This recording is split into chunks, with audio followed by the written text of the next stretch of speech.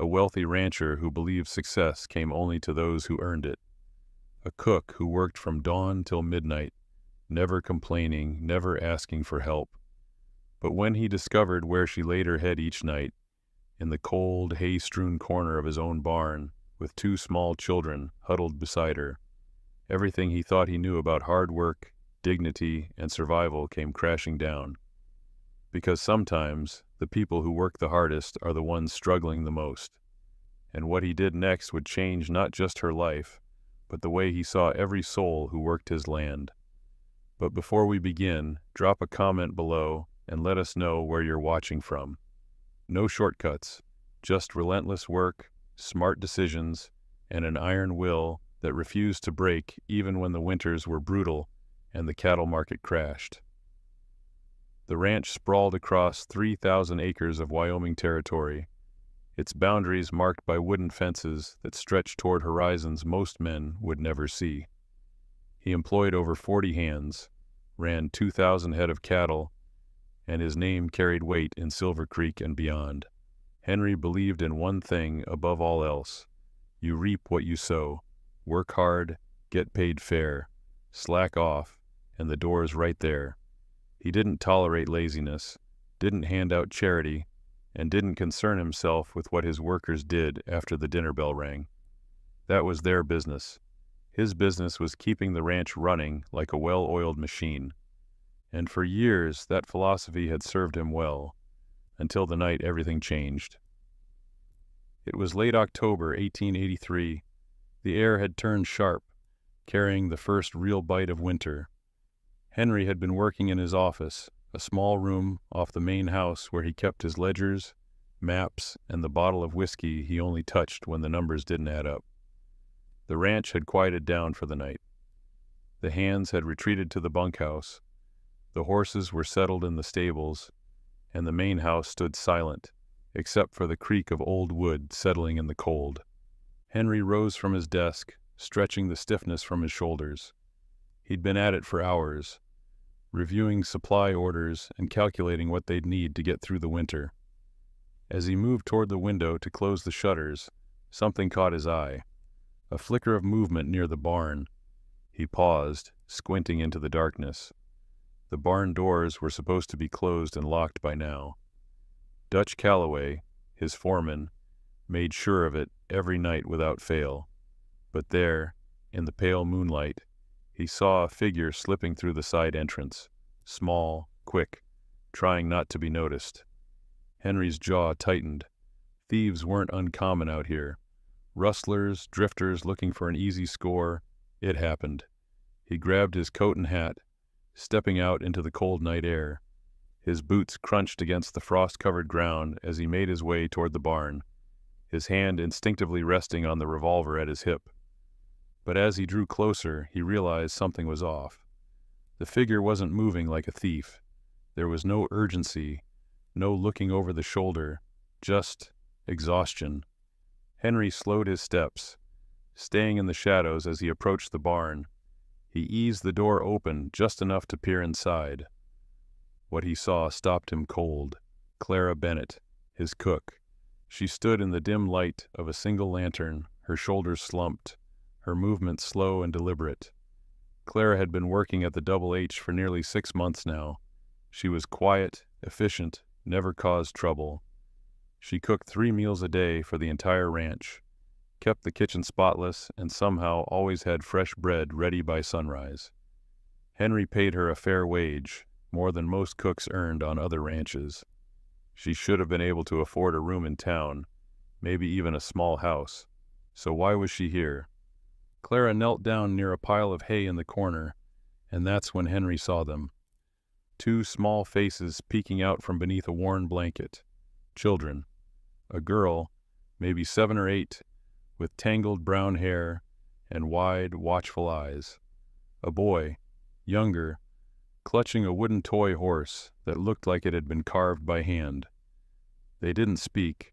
They just watched their mother with the kind of quiet understanding that no child should have to carry. Clara reached into the pocket of her apron and pulled out 2 biscuits, leftovers from the evening meal, Henry realized. She handed one to each child, her voice soft, barely audible. Eat slow. Make it last. Henry's chest tightened. She wasn't stealing, she was surviving, and she'd been doing it right under his nose. Henry stood frozen in the shadows, his hand still resting on the barn door. Every instinct told him to step inside, to demand answers, to ask Clara why in God's name she was living in his barn with 2 children when he paid her decent wages. But something held him back, a gnawing feeling in his gut that told him there was more to this story than he could see from where he stood. He watched as Clara tucked the blanket around her children, smoothing her daughter's hair with a tenderness that made his throat tight. The little girl whispered something Henry couldn't hear, and Clara shook her head gently, pressing a finger to her lips. The boy had already curled up, clutching his wooden horse, his eyes heavy with sleep. Clara didn't lie down beside them. Instead, she sat with her back against the barn wall, her arms wrapped around her knees, staring at nothing. She looked hollowed out, not just tired, defeated, like she'd been carrying a weight so heavy for so long that she'd forgotten what it felt like to stand up straight. Henry backed away slowly, careful not to make a sound. His mind raced. He'd seen Clara every single day for months. She arrived before dawn, stayed until after dark, worked without complaint. She smiled when spoken to, kept to herself otherwise. He'd never once thought to ask where she went after her work was done. Never thought to wonder if she had family, if she had a home, if she was all right. Why would he? She did her job. That was all that mattered. Except now, standing in the cold Wyoming night with frost biting at his face, Henry realized how little he actually knew about the people who kept his ranch running. He knew their names, their work ethic, whether they showed up on time. But their lives, their struggles, he'd never asked, never cared to. He made his way back to the main house, but sleep didn't come easy. He sat in his office, staring at the ledgers in front of him, but the numbers blurred into meaningless lines. All he could see was Clara's face. The exhaustion, the quiet resignation, the way she'd divided 2 biscuits between her children and kept nothing for herself. By the time the sun began to rise, Henry had made a decision. He needed to know the truth, not just about Clara, but about all of it. How had this happened? How had a woman working on his ranch, earning wages he considered fair, ended up sleeping in a barn with her children? What was he missing? Henry rose from his chair and stepped outside. The ranch was already coming to life. Smoke curled from the bunkhouse chimney. The hands were starting their morning routines, feeding the horses, checking the livestock. And from the kitchen window of the main house, he could see the warm glow of lamplight. Clara was already at work. He walked across the yard, his boots crunching against the frosted ground, and pushed open the kitchen door. The smell of fresh coffee and frying bacon hit him immediately. Clara stood at the stove, her back to him, her movements practiced and efficient. She didn't turn around. "Morning, Mr. Hollister," she said quietly. "Breakfast will be ready in 10 minutes. Henry stood in the doorway, studying her. She wore the same dress she'd had on last night, though she'd smoothed it out as best she could. Her hair was pulled back in a neat bun, but he could see the dark circles under her eyes, the slight tremor in her hands as she flipped the bacon. "Clara," he said, his voice rougher than he intended. She stiffened, just barely, but didn't turn around. "Yes, sir?" Henry hesitated. He could ask her right now. Demand to know why she was living in his barn, why she hadn't said anything, why she was struggling when he paid her good money.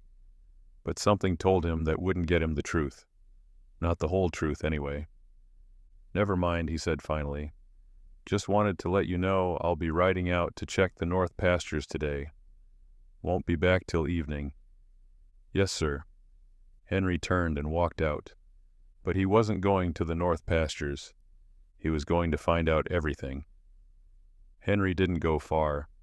He circled back around the main house, staying out of sight, and positioned himself near the equipment shed, where he had a clear view of the kitchen entrance. He felt ridiculous. A grown man, a ranch owner, hiding behind his own buildings like some kind of spy. But he needed to see this for himself, needed to understand what he'd missed. The morning passed slowly. Clara moved in and out of the kitchen, carrying plates to the dining hall, where the ranch hands ate, refilling coffee pots, clearing dishes. She never stopped moving, never sat down, never took a break even when the last hand had finished eating and wandered off to start the day's work. Around mid-morning, Dutch Calloway emerged from the barn, leading a horse toward the corral. Henry watched as Clara stepped outside, a bucket in her hand, heading toward the well. Dutch tipped his hat to her as they passed, and Henry noticed something he'd never paid attention to before. The way Dutch's eyes followed her, concern etched across his weathered face. Henry stepped out from his hiding spot and intercepted his foreman near the corral. "Dutch," he said, keeping his voice low, "got a question for you." Dutch turned, surprised to see Henry there when he'd said he was riding out. "Boss? Thought you were headed north. Change of plans." Henry glanced toward the well where Clara was drawing water. "How long have you known?" Dutch's expression shifted. Guilt, resignation, something in between. He didn't ask what Henry meant. He knew. "About 2 months, I reckon," Dutch admitted, removing his hat and turning it in his hands. "Found her and the young'uns one night when I was doing a final check of the barn. She begged me not to say nothing, said she'd leave if I told you." Henry's jaw tightened. "And you didn't think I should know?" "Wasn't my place to tell, boss." Dutch met his eyes squarely. "She's a good woman. Works harder than any 3 men I know. Whatever's got her living in that barn, it ain't laziness or poor character. Figured she had her reasons." "What reasons?" Henry demanded. "I pay her decent wages. She should be able to afford a room in town, at least." Dutch shook his head slowly. "Money ain't always the problem, Henry. Sometimes it's what takes the money away that matters." Before Henry could press further, Clara emerged from the kitchen again, this time carrying a basket toward the small vegetable garden behind the house. Henry watched her go, then turned back to Dutch. "I'm going into town," Henry said. "Find out what I can." Dutch nodded. "Might want to start with Dr. Peterson or the general store. Mrs. Abernathy knows everyone's business." Henry saddled his horse and rode into Silver Creek. The town was small. One main street with a handful of buildings, the general store, the saloon, the doctor's office, the bank, and the church. He'd built much of his wealth here, knew most of the faces, conducted business with the shopkeepers regularly. He tied his horse outside the general store and stepped inside. Martha Abernathy stood behind the counter, her sharp eyes lighting up when she saw him. "Mr. Hollister, what brings you to town on a weekday?" "Morning, Martha." Henry removed his hat. "Got a question for you. Clara Bennett, she works as my cook. You know her?" Martha's expression shifted, something sad crossing her features. "Oh, Clara, yes, I know her. Sweet woman. Terrible circumstances." "What circumstances?" Martha leaned forward, lowering her voice even though they were alone. "Her husband died about a year ago. Samuel Bennett worked at the lumber mill until a log broke loose and crushed him. Left her with 2 little ones and a mountain of debt. The company didn't pay out nothing for his death, and the medical bills from trying to save him." She shook her head. "Poor thing's been working herself to the bone trying to pay it off." Henry felt something cold settle in his stomach. "How much debt?" "Last I heard?" "Near about $300, maybe more. $300. For most people in Silver Creek, that might as well have been 3,000. Henry's hands tightened on his hat. "She ever ask for help?" Martha's expression turned pitying. "Mr. Hollister, women like Clara don't ask. They just survive." Henry left the general store with more questions than answers. $300 in debt, a dead husband, 2 children, and yet Clara had never said a word, never asked for an advance on her wages, never let on that she was drowning. He made one more stop. Doc Peterson's office, a small building at the end of Main Street. The doctor was an older man, gray-haired and kind-eyed, the type who delivered half the babies in Silver Creek and tended to just about every injury and illness the town had seen. "Henry Hollister," Doc Peterson said, looking up from his desk. "Don't tell me you're finally here for that checkup I've been after you about." "Not today, Doc." Henry closed the door behind him. "I'm here about Clara Bennett." The doctor's expression sobered immediately. He set down his pen and leaned back in his chair. "What about her?" "I want to know what happened. Her husband's death, the medical bills, all of it." Doc Peterson sighed, rubbing a hand across his face. "Henry, that's between me and my patient. She's living in my barn, Doc." Henry's voice was quiet but firm. "With her 2 children. Sleeping on hay, eating table scraps. I need to know what I'm dealing with here." The doctor's eyes widened, and for a long moment he said nothing. Then he stood, walked to a filing cabinet, and pulled out a ledger. He flipped through pages until he found what he was looking for. "Samuel Bennett was brought to me in September of last year," Doc said quietly. "Lumber accident, internal bleeding, broken ribs, collapsed lung. I did everything I could, but—" He trailed off, shaking his head. "He lasted 3 days. The whole time, Clara never left his side. And when he died, she was left with a bill for $75. "75? Henry frowned. "Martha said 300. "That was just my bill," Doc said. "There was the undertaker, the burial plot, the reverend's fee. And then there were the debts Samuel had already accumulated. Tools he'd bought on credit. A loan he'd taken to fix their roof before winter. Clara inherited all of it. The lumber company offered her nothing. No compensation, no pension. Said Samuel knew the risks when he took the job." Henry's hands clenched into fists. "So she's been working herself to death trying to pay it all back." "She sold everything they owned," Doc continued. "Furniture, household goods, even her wedding ring. But it wasn't enough. The landlord evicted her when she couldn't make rent. That was about 4 months ago. I don't know where she went after that." He paused, his voice dropping. "Until now, I guess." Henry felt the weight of it settle over him like a heavy blanket. 4 months. Clara had been living in his barn for 4 months, and he'd never noticed, never asked, never cared enough to look beyond the meals she cooked and the kitchen she kept clean. He thanked the doctor and walked back outside, but he didn't mount his horse. Instead, he stood on the wooden sidewalk, staring down the empty street, his mind churning. $300. It was nothing to him. He could write a check right now, clear her debts, set her up in a proper home. But something told him it wasn't that simple. Clara had pride. He could see it in the way she carried herself, the way she worked without complaint. If he just threw money at her, she'd likely refuse. Or worse, she'd take it and disappear, too ashamed to stay. Number. This required a different approach. Henry rode back to the ranch as the sun began its descent toward the horizon.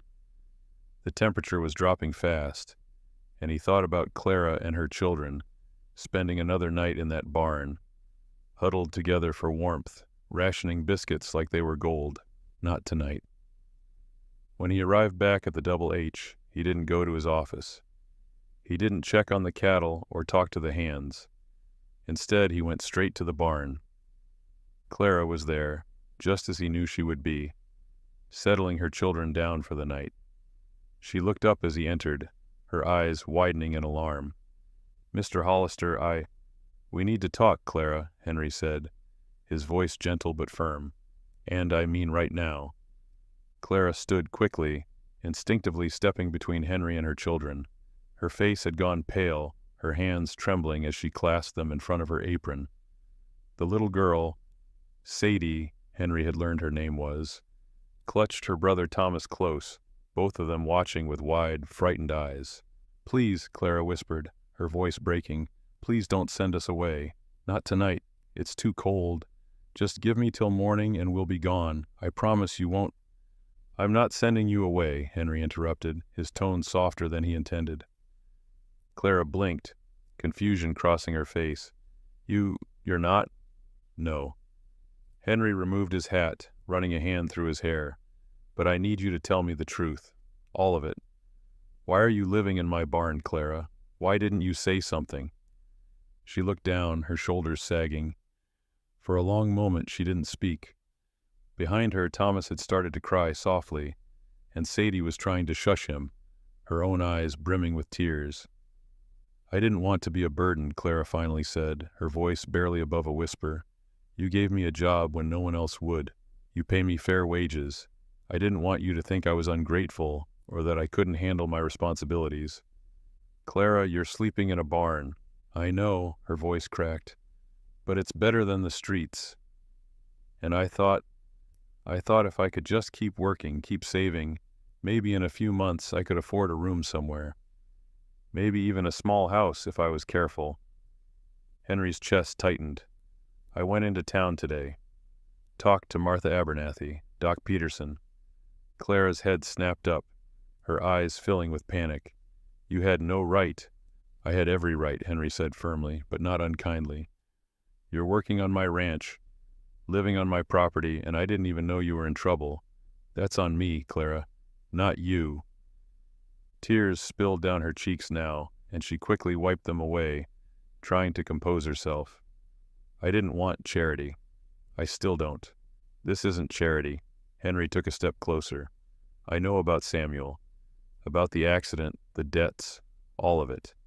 And I know you've been working yourself half to death trying to dig out of a hole that wasn't your fault to begin with. Clara's lip trembled. He was a good man, Mr. Hollister. Samuel worked hard. He provided for us, but when he died, she closed her eyes, her voice breaking. The lumber company didn't care. The bank didn't care. Everyone just wanted their money, and I had nothing left to give except myself. So I worked. I took every job I could find, washing clothes, mending fences, cleaning houses, and when you offered me this position, I thought maybe, finally, things would get better. But they didn't. No. She shook her head, her voice hollow, because no matter how much I make, it's never enough. The interest keeps piling up, the debts keep growing, and my babies. Her voice broke completely now, and she covered her face with her hands. My babies are hungry, Mr. Hollister. They're cold, and I can't give them what they need. Henry felt something crack open inside his chest. He'd built an empire on the belief that hard work was all it took, that if you put in the effort, success would follow. But standing here, watching a woman who'd worked harder than most men he knew break down because the world had beaten her into the ground, he realized how wrong he'd been. Hard work wasn't always enough. Not when the deck was stacked against you. Not when one tragedy could wipe out everything you'd built. How much do you owe? Henry asked quietly. Clara looked up at him, her eyes red and swollen. About $300, maybe more with the interest.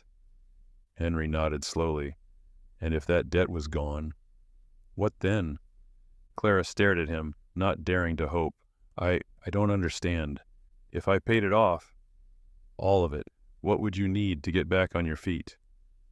Mr. Hollister, I can't. Answer the question, Clara. She hesitated, then whispered, a place to live. Somewhere safe for my children. Henry put his hat back on. Then that's what you'll have. Clara stared at him like he'd just spoken a foreign language. Mr. Hollister, I can't accept. You're not accepting charity, Henry said, his voice firm. You're accepting what should have been yours from the start. Fair compensation, a decent place to live, the ability to raise your children without sleeping in a barn. He paused, his jaw set. And you're going to let me do this, Clara, because if you don't, I'll spend every night from here on out knowing I had the power to help and didn't, and I won't be able to live with that. Clara's hands shook as she pressed them to her mouth, tears streaming down her face. Sadie had wrapped her arms around her mother's waist, and Thomas peeked out from behind his sister, his eyes still wide and uncertain. I don't know what to say, Clara whispered. Don't say anything yet. Henry turned toward the barn door. Just pack up whatever you have. You and your children are sleeping in the main house tonight. There's a guest room, hasn't been used in years, but it's warm and it's got real beds. Tomorrow morning we'll figure out the rest." He didn't wait for her response. He walked out into the cold night air, his mind already racing ahead. This wasn't just about Clara anymore. It was bigger than that. If one of his workers, someone he saw every single day, could fall through the cracks this badly, how many others were struggling in silence? Henry made his way to the bunkhouse and found Dutch sitting by the fire, mending a bridle. The foreman looked up as Henry entered. "Need to talk," Henry said. Dutch set the bridle aside and stood. "What's on your mind, boss?" "I want you to ask around, quietly. Find out if any of the other hands are having trouble making ends meet. Medical bills, family problems, debts they can't shake. I don't care what it is. I want to know." Dutch's eyebrows rose. "You planning on fixing everyone's problems now?" "I'm planning on making sure no one else is sleeping in my damn barn without me knowing about it," Henry shot back. Then he softened. "Look, I've spent years thinking that if I paid fair wages, that was enough. But it's not. Life happens, accidents happen, and if the people working this ranch can't survive on what I'm paying them, then I'm not paying them enough." Dutch studied him for a long moment, then nodded slowly. "All right. I'll see what I can find out. And Dutch, I need you to ride into town tomorrow. Talk to Maggie Stone. Tell her I need to see her out here as soon as possible. We're going to go over every expense, every wage, every policy we've got. I want to know where we can make changes." "You sure about this, Henry?" Dutch asked carefully. "The other ranchers hear you're raising wages and offering help for personal troubles. They're going to think you've gone soft. Might try to poach your best workers with promises of easier conditions." "Let them try." Henry's voice was steel. "If I'm doing right by my people, they won't have reason to leave. And if other ranchers want to follow suit and treat their workers better, then good. Maybe this whole territory could use a shake-up." Dutch grinned, shaking his head. "Never thought I'd see the day Henry Hollister went from hard-ass to bleeding heart." "I'm not a bleeding heart," Henry said, though there was no heat in it. "I'm a businessman. And keeping good workers happy is good business. I just should have figured that out sooner."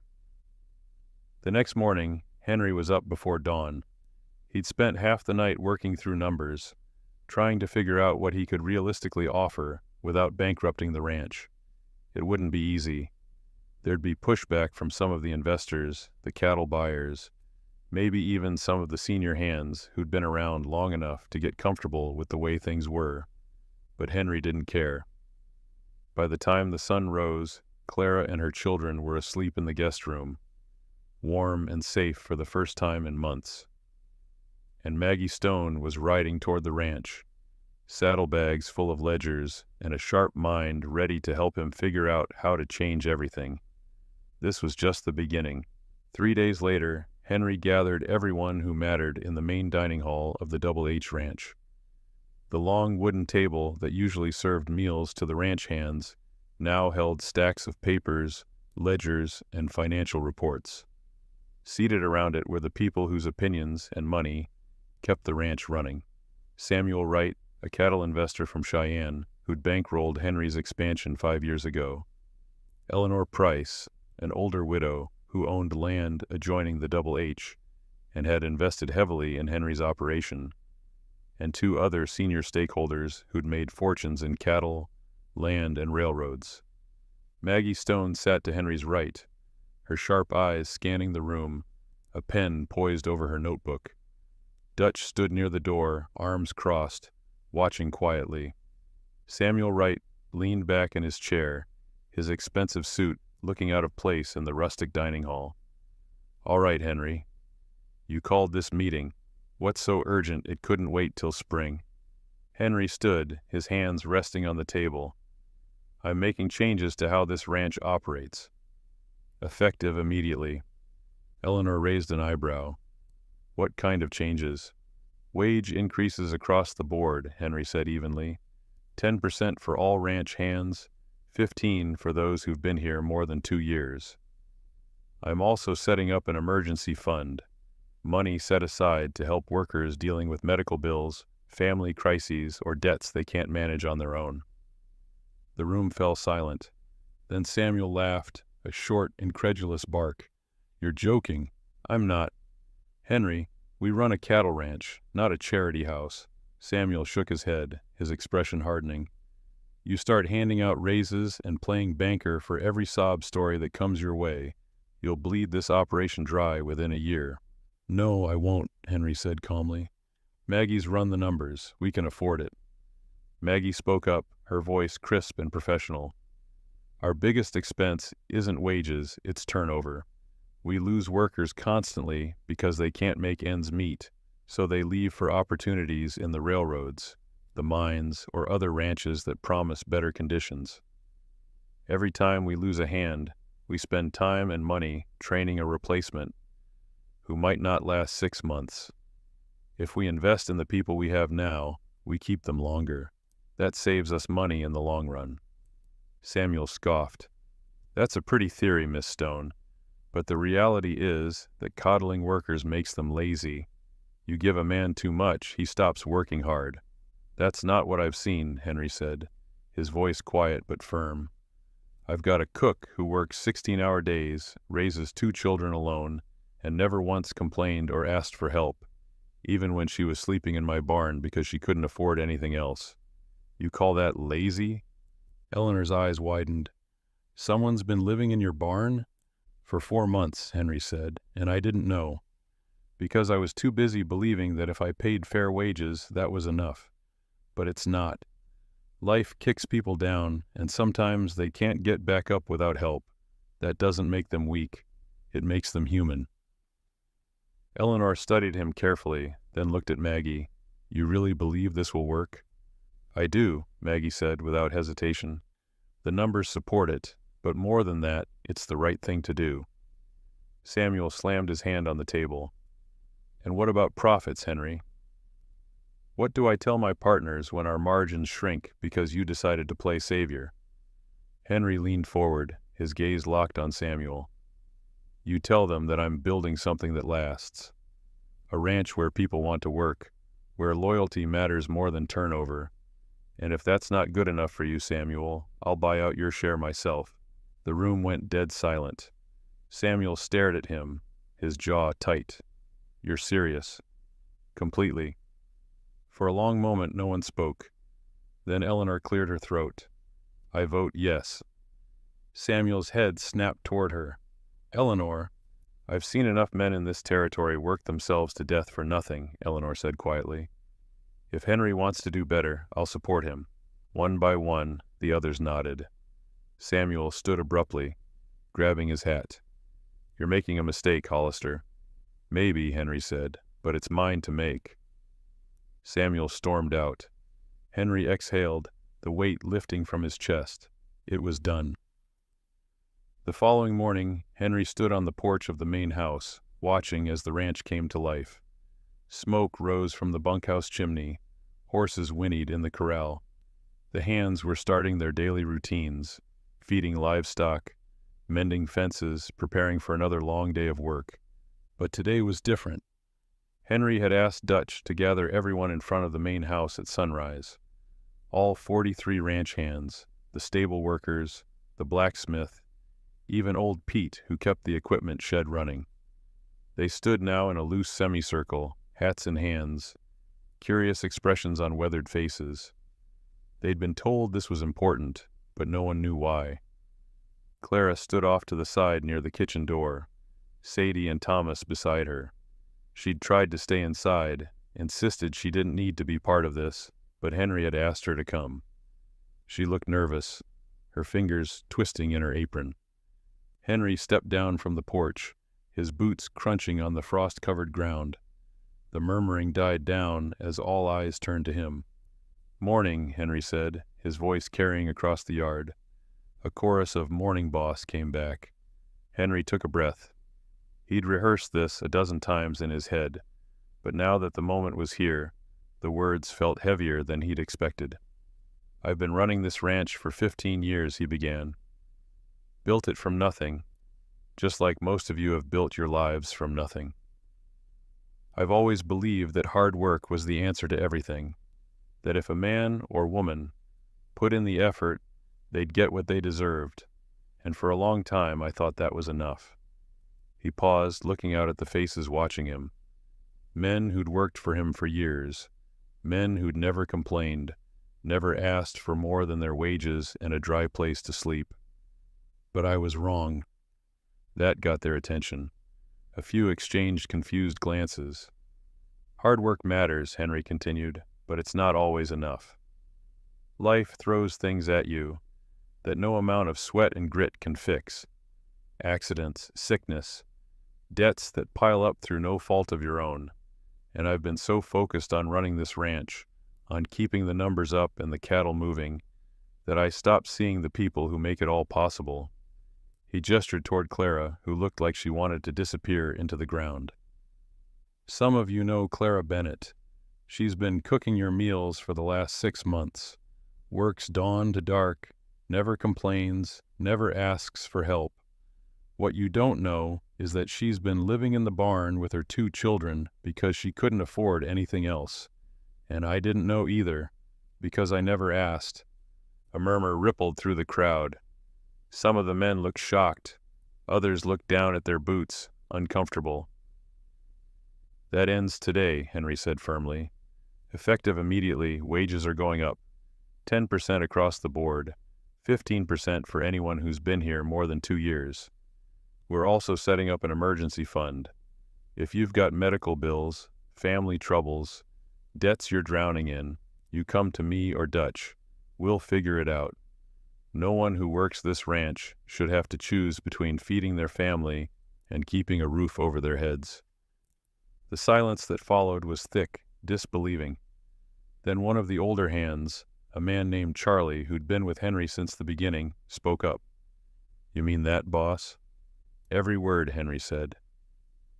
Charlie's weathered face broke into a slow smile. "Well, I'll be damned." A few others chuckled, the tension breaking. Henry saw relief in their eyes, gratitude, hope, things he hadn't noticed before because he'd never bothered to look. "This ranch works because of you," Henry said. "All of you. And it's about time I started treating you like you matter. Because you do." Dutch stepped forward, his voice gruff but warm. "All right, you heard the man. Let's get to work." The hands dispersed, heading to their stations, but Henry noticed something different in the way they moved. Lighter, straighter, like a weight had been lifted. Clara approached him, tears streaming down her face. "Mr. Hollister, Your cottage will be ready by the end of the week," Henry interrupted gently. "Small place just past the stables. It's yours for as long as you work here, rent-free." Clara couldn't speak.